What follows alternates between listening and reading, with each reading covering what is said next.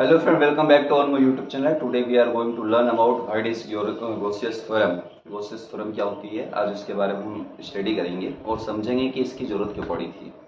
तो सबसे पहले हमने कूलाम का नियम इसके अंदर पढ़ते हैं कि कूलाम का जो नियम था वो क्या था। तो कूलाम का नियम जो था वो ये बता था कि अगर कोई पॉइंट चार्ज है तो उससे आर डिस्टेंस पर जो भी ऑब्जेक्ट रखा हुआ है, जो भी पॉइंट है, वहाँ पर इलेक्ट्रिक फील्ड इंटेंसिटी क्या होगी ये देने का काम किया था। और उसके अंदर हमने ये भी पढ़ा था कि कूलाम के नियम की शर्तों में कि जो ये नियम होता है वो केवल पॉइंट चार्ज के लिए ही क्या होता है, ट्रू होता है, उसके लिए सत्य होता है। मतलब अगर कोई आवेश उससे ज़्यादा बड़ा हो जाए, पॉइंट चार्ज से बड़ा हो जाए, तो it is not well for them, उसके लिए जो था ये वैलिड नहीं था। तो हमारी डेली लाइफ में हम देखते हैं कि जो वस्तुएं होती है, जो आवेशित वस्तुएं होती हैं, वो पॉइंट चार्ज तो होती नहीं, वो किसी भी शेप की हो सकती हैं, किसी भी साइज की हो सकती हैं। तो ऐसी वस्तुओं के लिए अगर हम इलेक्ट्रिक फील्ड इंटेंसिटी फाइंड करना चाहते हैं तो फिर हम क्या करेंगे। तो इसके लिए गॉसेस ने एक लॉ दिया था, जिसको हमने क्या किया था, उसके अंदर कूलाम के नियम का यूज करके उसको थोड़ा सा एक्सटेंड कर दिया था।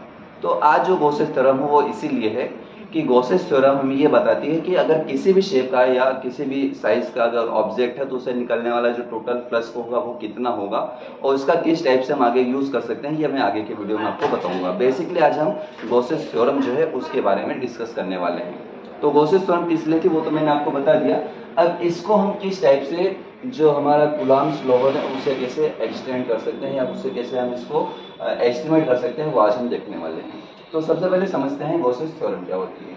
गॉसेस थ्योरम हमें ये बताती है कि मान लीजिए कोई चार्ज मटेरियल है और इसके अंदर कोई चार्ज क्यू है, तो इसके अंदर जो चार्ज क्यू होगा वो क्या करेगा, इस सरफेस से बाहर निकलेगा।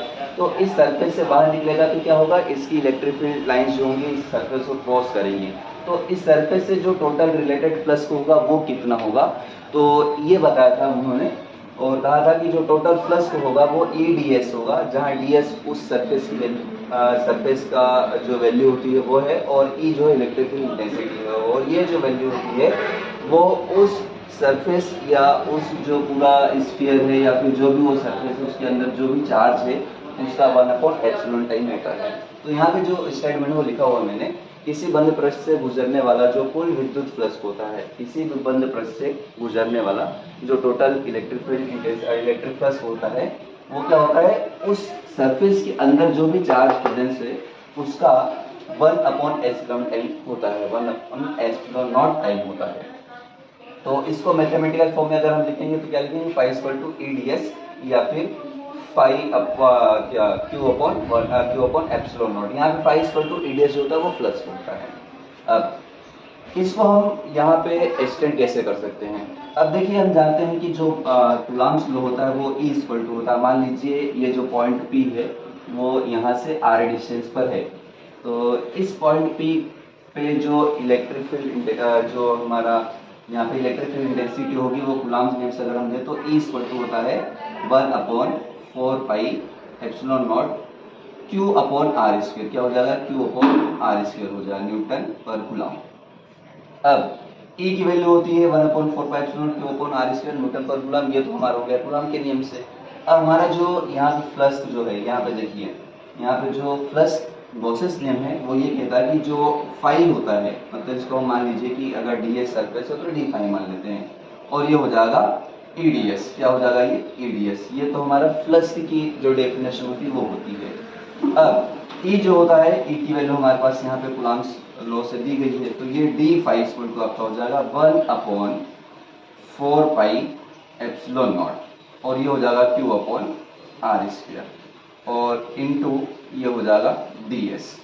अब डी एस जो है ये क्या है, ये जो गिवन सरफेस है ये है।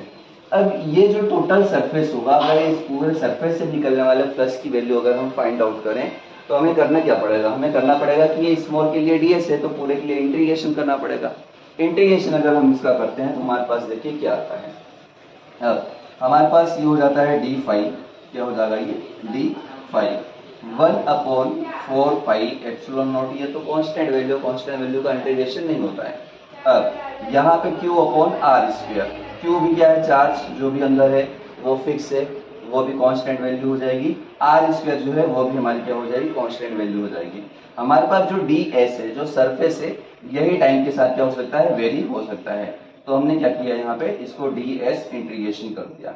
अब ds इंटीग्रेशन का मतलब क्या होता है, मान लीजिए कि ये स्फीयर है, तो इस पूरे सरफेस के लिए जो टोटल यहाँ पर सरफेस का जो एरिया होगा, तो वो क्या होगा, स्फीयरिकल एरिया जो होगा वो 4πr² होता है, क्योंकि जो चार्ज होता है वो चारों तरफ समान रूप से क्या होता है, फैलता है, मतलब समान रूप से वितरित होता है। और हम जानते हैं किसी भी r डिस्टेंस पे चारों तरफ अगर इक्वल पोटेंशियल सरफेस हम फाइंड करें तो वो क्या होता है, स्फेरिकल होता है। और स्फीयर की जो वैल्यू होती है टोटल इंटीग्रेशन की, वो कितनी है, 4πr²। तो यहाँ पर हम कहते हैं चूंकि इंटीग्रल ds = 4πr², है ना, क्योंकि यहाँ पे चार्ज होगा वो समान रूप से चारों तरफ से निकलेगा, है ना, तो क्या होगा, स्फीयर हो। अब ds = हो गया 4πr²। अगर ये वैल्यू मैं यहाँ पे पुट अप कर दूं तो ये जो हो रहा है यहाँ पे देखिए, ये तो हो जाएगा आपका ds, ये d फाई और यहाँ पे 1/4πε0, ये वैल्यू एज इट इज है, q/r² भी एज इट इज है, ds का हो जाएगा आपका 4πr²। ये d फाई का यहाँ पे फाई हो जाएगा, क्या हो जाएगा, फाई हो जाएगा, 1/4πε0। देखिए तो यहाँ पे देखिए 4π से 4π कैंसिल आउट होगा और r² से r² कैंसिल आउट हो गया। हमारे पास क्या बचेगा, यहाँ पे बचेगा q/ε0। और हमारा जो गॉसेस नियम था वो यही था, फाई इक्वल टू क्या होता है, q/ε0 होता है। तो ये जो वैल्यू थी ये हमने किससे एस्टिमेट की, ये जो कूलॉम्स नियम था उससे की। तो कभी कभी ये डेरिवेशन प्रूव करने के लिए आ जाता है, prove that Gauss's theorem by the Coulomb's theorem. इस प्रकार से हम इसको कूलॉम थ्योरम से गॉसेस थ्योरम को हम क्या कर सकते हैं, एस्टिमेट कर सकते हैं, वो आज हमने यहाँ पे देखा।